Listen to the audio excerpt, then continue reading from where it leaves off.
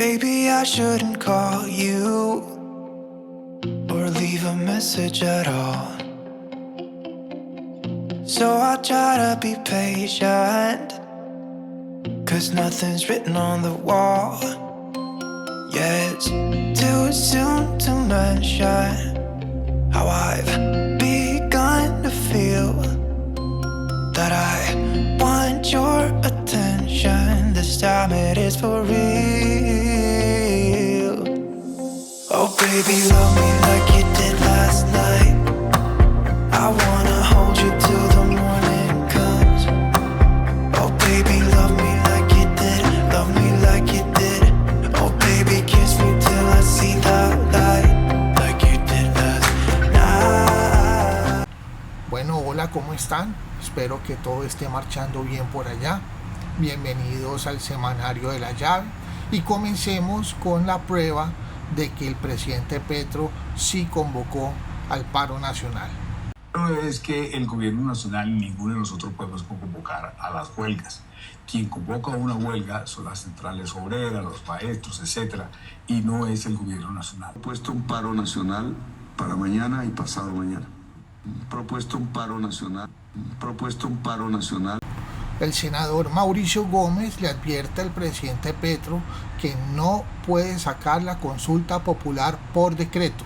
Presidente, no se pase de la raya, no cruce esa línea de la división de poderes en el país, porque Colombia es un país de instituciones. Si el Senado no toma decisión, yo puedo expedir por decreto la convocatoria a consulta popular. Si el Senado no se pronuncia de aquí al 1 de junio, convocará a elecciones, convocará la consulta popular.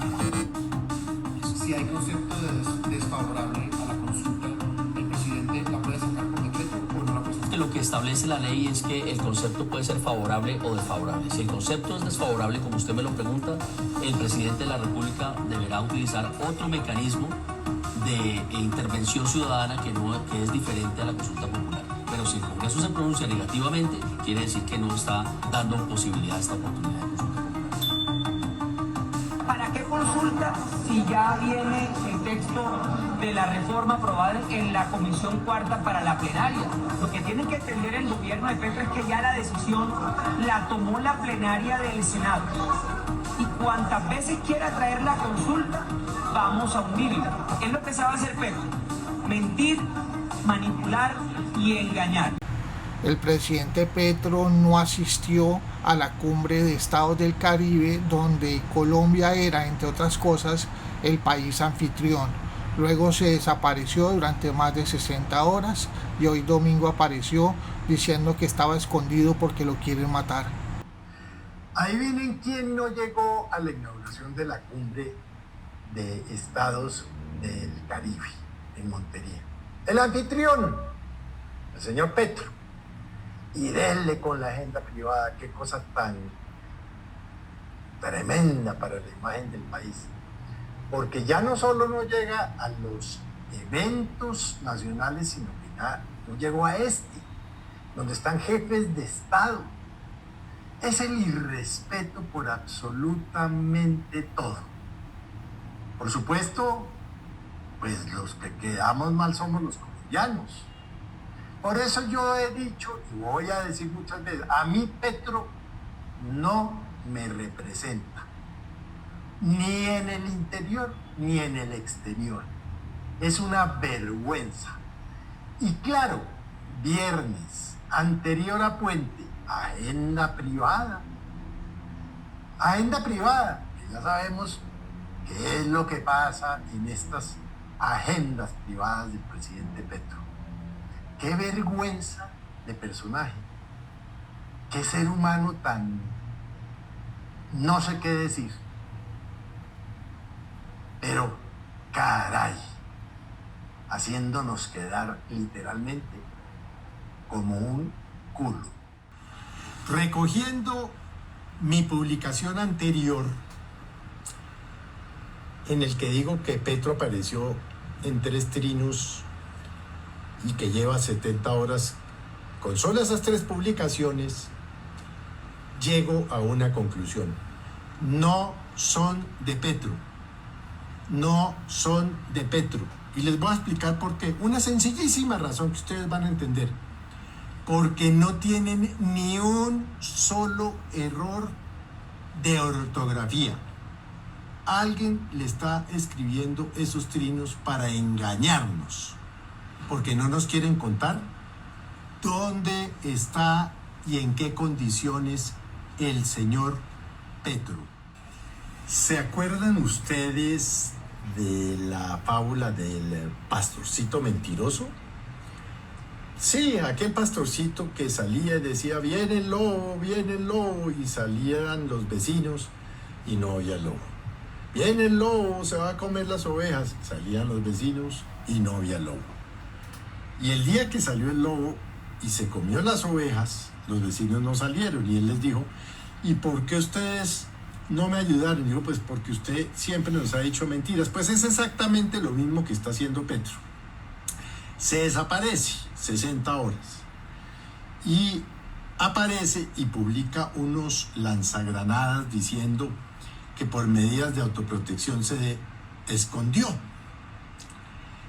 Pero resulta que esos lanzacohetes fueron encontrados por la policía en febrero.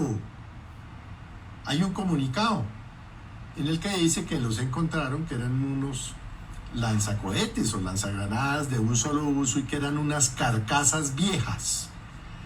Entonces, estamos como Petrico y el lobo, que ya nadie le cree nada de lo que dice.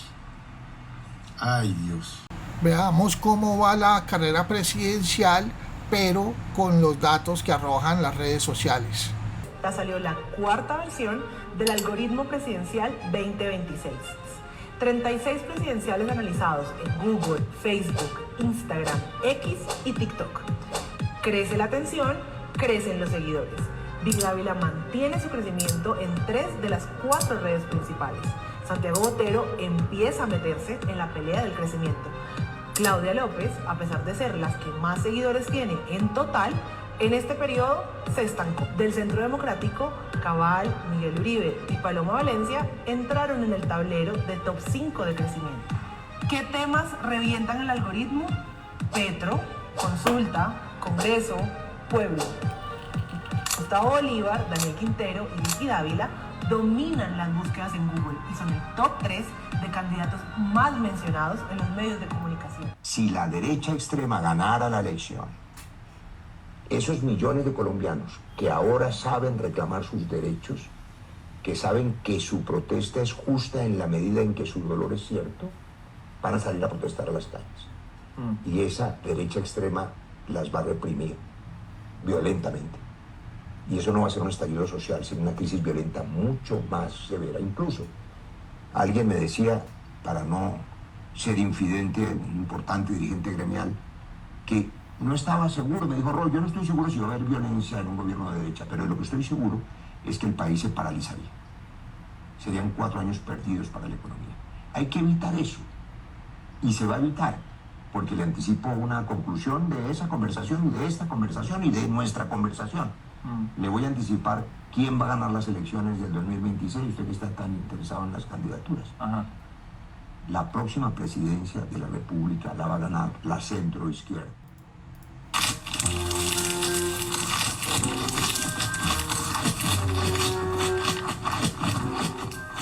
El cambio en la retención de la fuente por decreto es una reforma tributaria.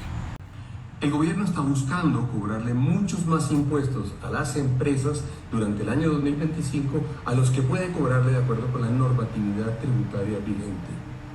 ¿Cómo lo logra? Mediante la modificación vía decreto de 2 partidas especiales, la de retenciones en la fuente y la de autorretenciones para el caso de los grandes contribuyentes.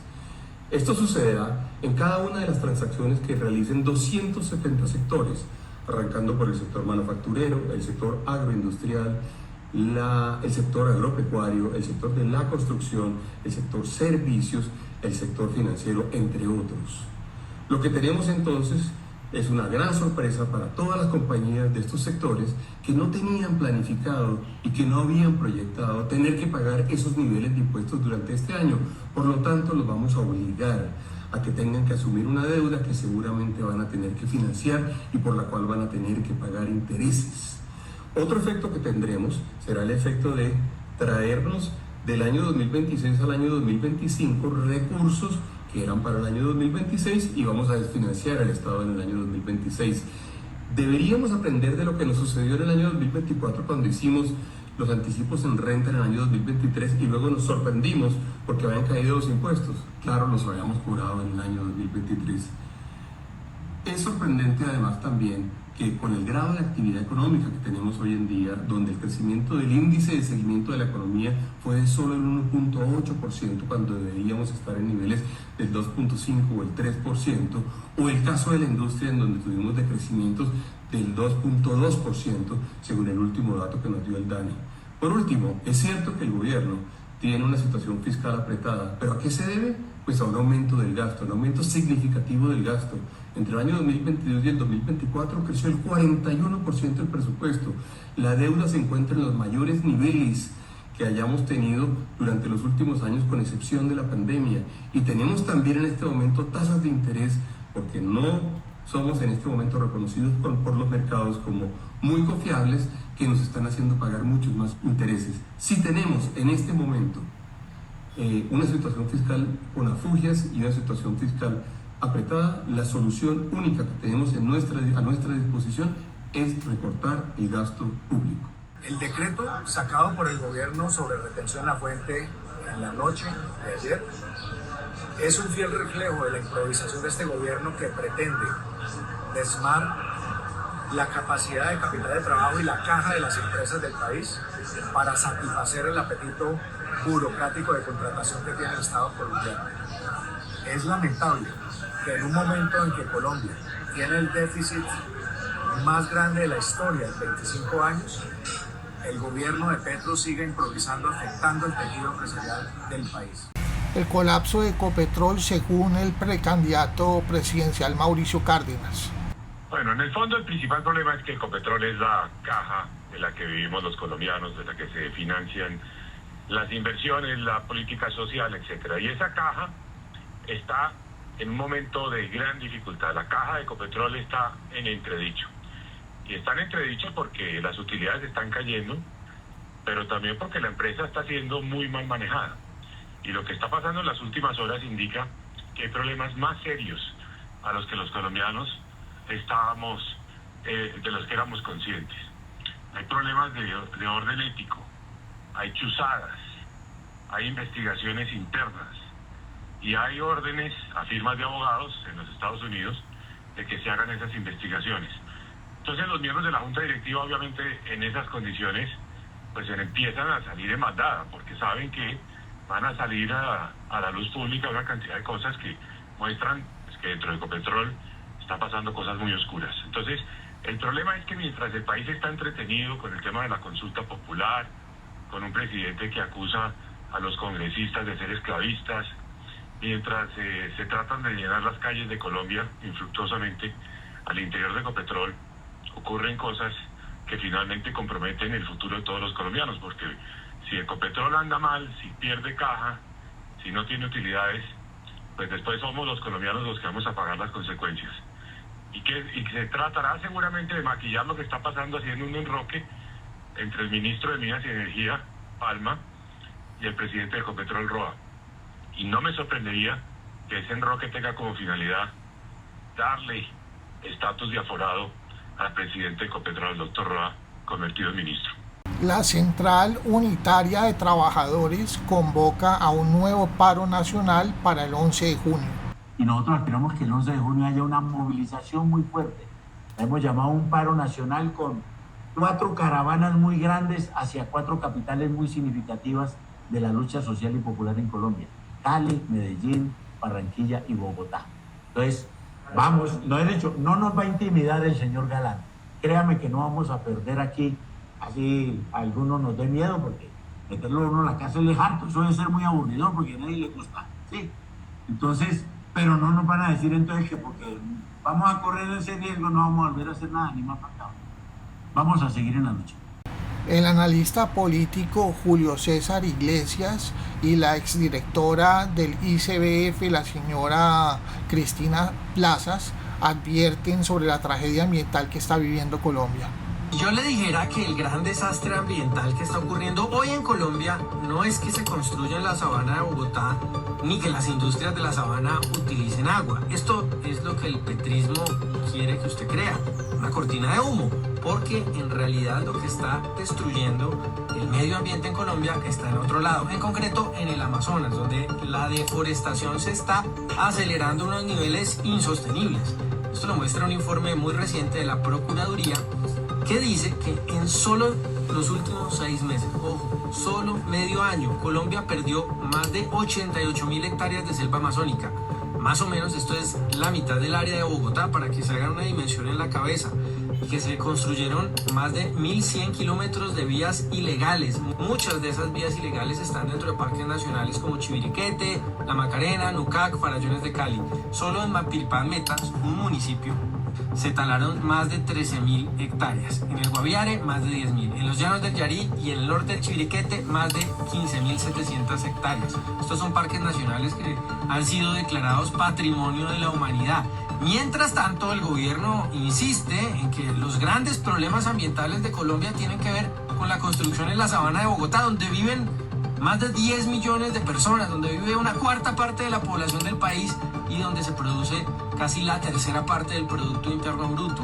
El gobierno no quiere que veamos las selvas del Amazonas ni veamos la enorme destrucción ambiental que está generando la bonanza traqueta y la bonanza de la minería ilegal, que son los verdaderos problemas ambientales de Colombia hoy. La deforestación que efectúa enormes emisiones de CO2. No. Quiere que nos enfoquemos en su visión antiempresas, en decirnos que son los capitalistas, que son los malvados neoliberales, los malvados constructores, los que están destruyendo los ecosistemas, mientras se hace el de la vista gorda con el gigantesco nivel de destrucción ambiental que está ocasionando, entre otras cosas, su política de paz total, que ha permitido que crezcan enormemente estructuras ilegales dedicadas a destruir, además de traquetear, a destruir el medio ambiente en el país. Este gobierno, que se autoproclama como el gran defensor del medio ambiente, es el que más ha incumplido las metas sobre el cambio climático. Mucho discurso, mucha tarima, pero a la hora de actuar, puro bla bla bla. La representante de la Cámara, Julia Miranda, exdirectora de Parques Nacionales y una de las personas que más sabe de medio ambiente, reveló unos datos alarmantes. Acá les dejo los 12 peores fracasos que se evidenciaron en el debate de control político en el Congreso. 1. Acuerdo de Escazú incumplido. Se firmó para proteger a los líderes y para tener acceso a la información ambiental, pero no hay protocolos ni avances y están matando y secuestrando a los líderes ambientales. 2. Colombia le incumplió a la Convención de Naciones Unidas sobre el Cambio Climático. Por ley, Colombia tiene que actualizar cada 5 años sus compromisos. El plazo para entregar el informe era febrero del 2025 y no lo han hecho. La excusa, que están haciendo talleres. Y lo peor, vamos a llegar sin hoja de ruta a la COP en noviembre. 3. Una ministra sin diálogo. La exministra Susana Muhammad nunca se sentó con ONGs ambientales, con empresarios, con representantes, con autoridades que no compartieran su ideología. En 3 años, ni una sola mesa técnica ampliada. ¿Así se hace política ambiental? 4. La deforestación volvió a dispararse. Aumentó un 35% en un año, de 79.000 hectáreas a 107.000 en el 2024. Los parques nacionales son los más afectados. Chiviriquete, la Amazonía, la Macarena están en riesgo. Hoy mandan las disidencias. Alias Calarcá y alias Mordisco definen si se tumba un bosque o no. 5. Parques invadidos. El parque de Chiviriquete, nuestra joya ambiental, pasó de tener 5 familias viviendo en el 2018 a 300 en el 2024. Lo más alarmante, el gobierno de Petro propone darles título de propiedad, es decir, legalizar la invasión en parques nacionales. 6. Carbono negro sin política. La meta es reducir las emisiones de gases de carbono negro en un 40% al 2030. Esto incluye el hollín, las chimeneas de los buses, de las fábricas, de las cocinas contaminantes, en fin. Pero el gobierno, por su ego político y su radicalismo, ha frenado proyectos fundamentales para cumplir esta meta, como el Metro de Bogotá y el Túnel del Toyo en Antioquia. 7. Sabotean la transición energética. El sector de minas de energía es el responsable del 34.6% de la emisión de gases de efecto invernadero en Colombia. El gobierno ha frenado los proyectos para este fin. Por ejemplo, Enel tiene todo listo para la construcción de las torres de energía y este gobierno no le ha dado los permisos. Mientras tanto, está operando la Termocipa, que es la más contaminante de todas. ¿Pueden creerlo? 8. Aguas residuales estancadas. La Petarca Nova, que descontaminaría el río Bogotá, tardó 2 años y medio en lograr la aprobación de un crédito por pura negligencia del gobierno de Petro. 9. Páramos sin manejo. Colombia para el 2025 debía tener los páramos delimitados y los planes de manejo en marcha. Y no han hecho nada. Ni siquiera han terminado la delimitación y dicen que los planes de manejo para después. 10. Restauración de ecosistemas, promesa rota. Se comprometieron a restaurar 100.000 hectáreas en parques nacionales y solo han avanzado en un 13%. Mientras tanto, el Parque Tinigua pierde 6.000 hectáreas cada año. Lo estamos perdiendo. 11. Infraestructura verde que destruye. La gran obra de este gobierno fue pavimentar 11 kilómetros de una carretera ilegal en el Guaviare, cerca del Parque El Chiviriquete. 12. 90.000 millones en maquillaje para la COP16 de Cali. Mientras Córdoba se erosiona y se caen las casas al mar, el gobierno usó dinero del cambio climático para jardinería urbana en Cali. Gobierno ambiental, esto es pura carreta, improvisación y retroceso. Los datos no mienten y el planeta tampoco espera. Lo que está pasando en Gaza es un holocausto.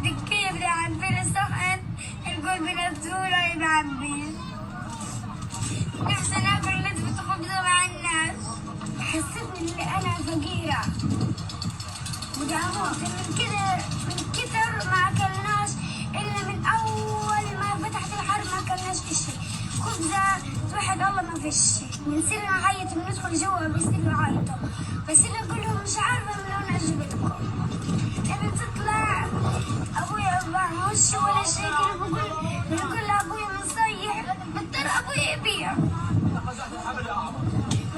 شغلاتنا بنقول له ما فيش عندنا شيء طلع لي طلع كيف بقول له يا بني نخيط معناش خير من الساعه 5 وهلا توي اجينا ولا شيء اخذنا الذنب انا كنت احلى ابغى لقيت طلع وجهي طلع كيف يعني انا بدي اعين الكل بيضحك علي بس هيك امبارح اقسم بربي اكلنا العشل اكلنا قشر البطيخ ابوي مش قادر يطعمني يعني احنا وابوي عيان ايش نسوي وبننام بدموعي بس ميه عندنا بشرب ميه وخلص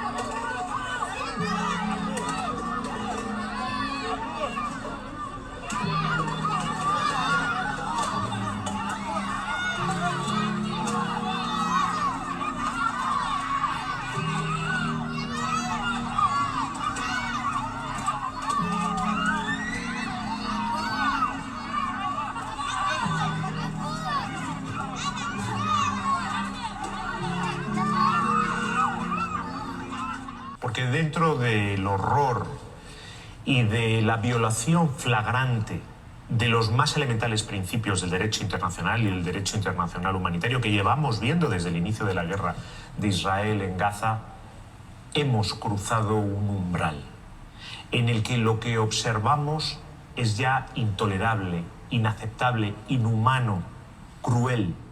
Gaza es la tierra de los palestinos gazatíes. Gaza es parte del Estado palestino, realista y viable.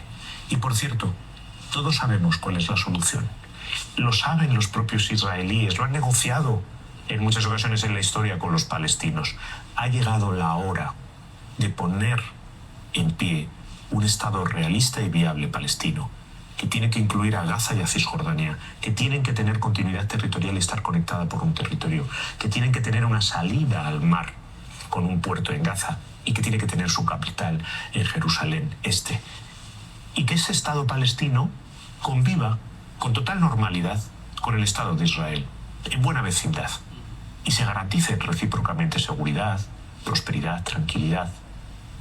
Esa es la clave para la seguridad de Israel, para la justicia para el pueblo palestino, para la estabilidad para todos los pueblos de Oriente Medio. Bueno, esto ha sido todo por esta semana. Les mando un abrazo. Por favor, cuídense mucho. Y si Dios quiere, nos vemos dentro de 8 días porque el mundo nos necesita. Chao.